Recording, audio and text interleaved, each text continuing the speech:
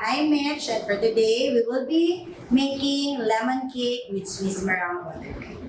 Okay, for the ingredients of lemon cake, I have here sunshine butter from Global Pacific, 5 eggs, baking powder, baking soda, salt, sour milk, cake flour, and granulated white sugar.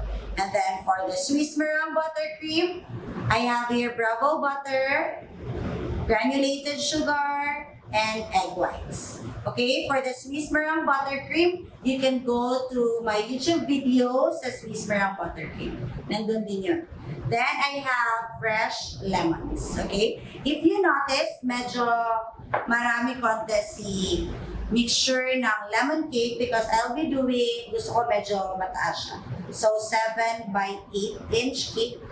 So, tinimes to ko. If you want smaller version of the cake, pwede nyo naman i-divide into 2 lemon cake recipe.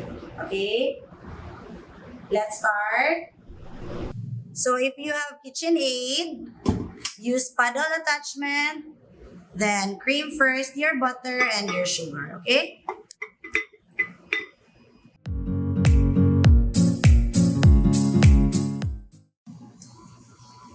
You cream this one around 5 minutes, okay?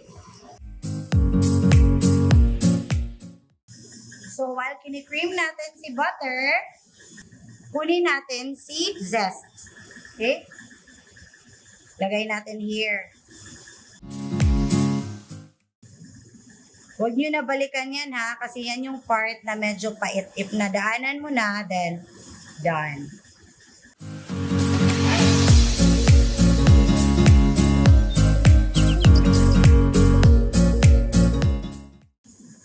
And then, for the juice, actually, meron ako here. I'll add more.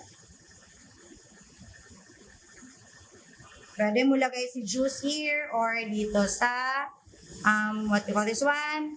Sour milk.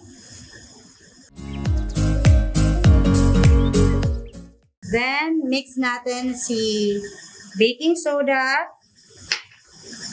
baking powder, and sea salt. Then, let's add our eggs here one at a time.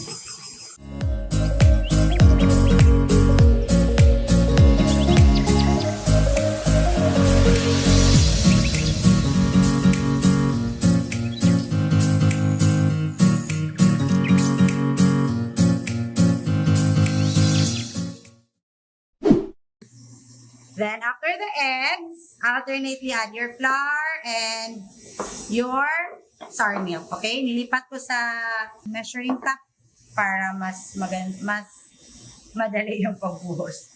Let's add here our lemon juice.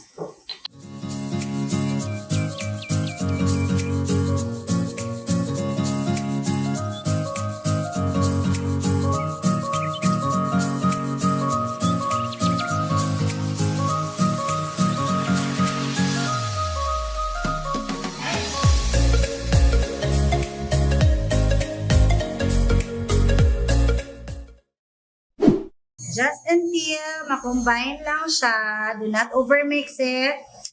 Okay? Then, okay na to. Okay?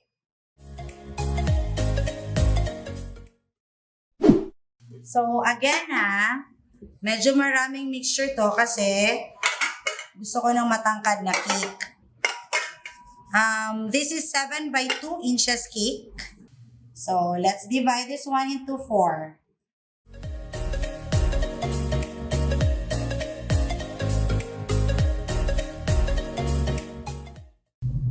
Yan. So, flatten mo or ayusin mo yung top. Then, bake this one for around 30 to 45 minutes at 300 to 350 degrees Fahrenheit. Okay? Huwag masyadong mainit para moist si lemon cake. Let's bake.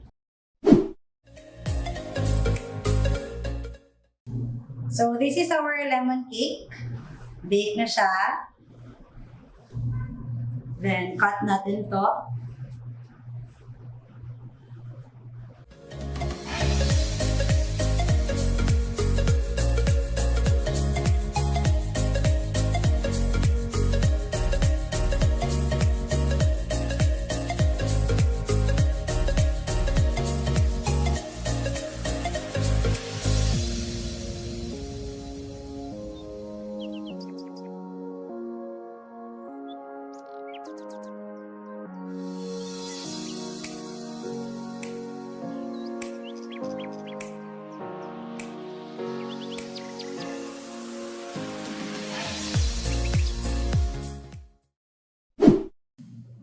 Okay, so after natin to ma-crumb coat, chill muna natin for around mga 10 minutes.